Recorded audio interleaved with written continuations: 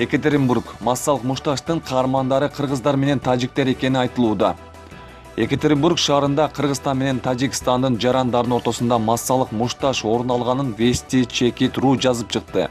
10 чакты адам катышкан мушташ көзөмөл камерасына жазылып калган. Жаңжал Екатеринбургдагы Манеров районунун көчөлөрүнүн биринде 19 апрелде орун алган.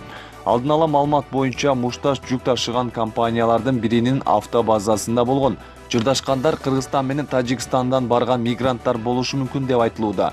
Азырынча видеодогулар тууралуу так маалымат жок. Видеонун автору Керемет Мокулованын билдиришинче, коопсуздук кызматынын өкүлдөрү окуяга маани бербей, полицияны да чакырышкан эмес. Жабыркагандар тууралуу да эч кандай маалымат жок. Булак Калыс медиа.